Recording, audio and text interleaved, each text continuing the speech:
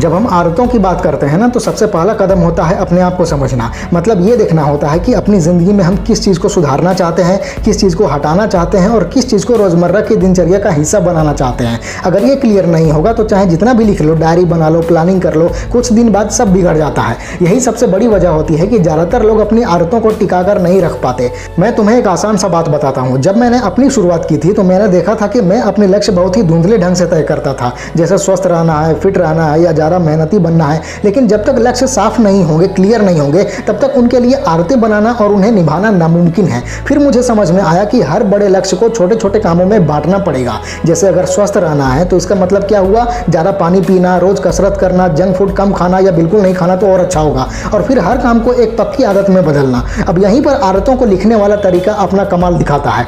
जब तुम धुंधले लक्ष्यों को छोटे छोटे साफ कामों में बांट दोगे तो तुम्हें साफ दिखेगा कि प्रगति कैसी हो रही है तुम्हारी। मान लो तुम्हारी आदत है रोज 30 मिनट टहलना, तो कागज पर तुम बस एक छोटा सा निशान लगाओ। वही निशान तुम्हें यह तसल्ली देगा कि हाँ, आज का वादा तुमने पूरा किया। और यही छोटे छोटे निशान धीरे धीरे तुम्हें आत्मविश्वास देंगे कि बड़े लक्ष्य भी पूरे हो सकते हैं तुम्हारे। मैंने देखा है कि जब हम नई आदत शुरू करते हैं तो पहले कुछ दिन तक जोश रहता है हमारे में। जैसे नया नया जिम ज्वाइन किया तो 7-8 दिन लगातार चले गए, फिर धीरे धीरे वो जोश ठंडा हो जाता है और एक दिन ऐसा आता है जब हम जिम छोड़ देते हैं और फिर पछतावा होता है। लेकिन अगर तुम्हारे पास आदतों को लिखने का तरीका होगा तो वो तुम्हें याद दिलाएगा कि एक दिन छूट जाने से पूरी मेहनत बेकार नहीं होती यार। कागज पर साफ दिखेगा कि पिछले 10 दिन से तुम लगातार जिम जा रहे थे, बस एक दिन ही छूटा है। तो अपने आप में हिम्मत आएगी कि कोई बात नहीं, कल से फिर से शुरू करते हैं। यहाँ एक और बात समझना जरूरी है, आत्म अनुशासन और आत्म प्रेरणा, यानी सेल्फ डिसिप्लिन और सेल्फ इंस्पिरेशन। प्रेरणा हमेशा थोड़े समय की होती है। आज कोई वीडियो देखा, जोश आया, लेकिन 2 दिन बाद फिर वही पुरानी हालत। लेकिन जब तुम रोज अपनी आदतें लिखते हो तो वो तुम्हें आत्म अनुशासन सिखाती हैं।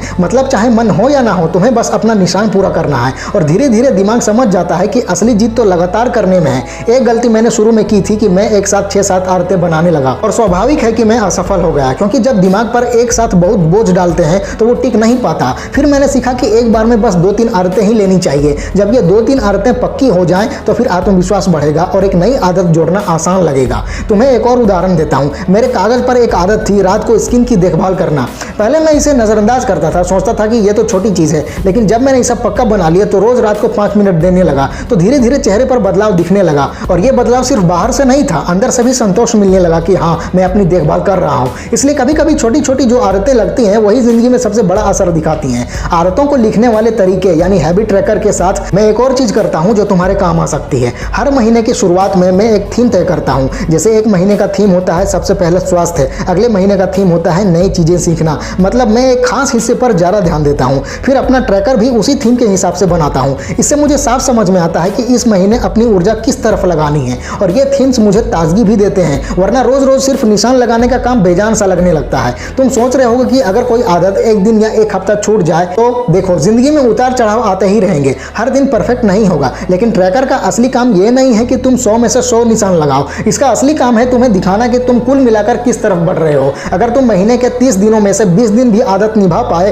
तो ये बहुत बड़ी जीत है तुम्हारी। वरना बिना लिखे तो लगता है कि कुछ हासिल ही नहीं हुआ, लेकिन जब कागज पर साफ साफ गिनती दिखती है तो पता चलता है कि प्रगति हो रही है तुम्हारी। अब मैं तुम्हारे साथ एक और राज की बात शेयर करना चाहता हूँ, इनाम का तरीका। जब मैं कोई आदत पूरे महीने लगातार निभा लेता हूँ तो मैं खुद को एक छोटा सा इनाम देता हूँ। जैसे नई किताब खरीदना, अपनी पसंदीदा चाय या कॉफी पीना या कोई फिल्म देखना। इससे दिमाग में अच्छा भाव जुड़ जाता है कि आदत निभाने से कुछ अच्छा मिलता है और ये छोटी सी चीज बहुत असरदार होती है। अब जरा काम की बात, जब भी तुम अपना ट्रैकर बनाओ तो बहुत सजावट करने की जरूरत नहीं, एक साधारण कॉपी या डायरी ही काफी है। चाहो तो रंग भरो, स्टिकर लगाओ या चित्र बनाओ, ये तुम्हारी अपनी मर्जी है। लेकिन सबसे जरूरी बात यह है कि वो तुम्हारे लिए काम का होना चाहिए। साफ दिखे कि कौन सी आदत पूरी हुई और कौन सी अधूरी है। एक और सुझाव है कि ट्रैकर हमेशा ऐसी जगह रखो जो रोज तुम्हारी नजर में आए, जैसे पढ़ाई की मेज पर, बिस्तर के पास या दीवार पर। क्योंकि जब तक तुम उसे रोज नहीं देखोगे तब तक याद भी नहीं रहेगा कि निशान लगाना है। अगर उसे अलमारी के अंदर बंद कर दोगे तो पक्का भूल जाओगे तुम। और सबसे अहम बात जो मैं चाहता हूं कि तुम याद रखो, लगातार करना परफेक्ट बनने से ज्यादा जरूरी है। और सबसे अहम बात जो मैं चाहता हूं कि तुम याद रखो वो है लगातार करना परफेक्ट बनने से ज्यादा जरूरी है।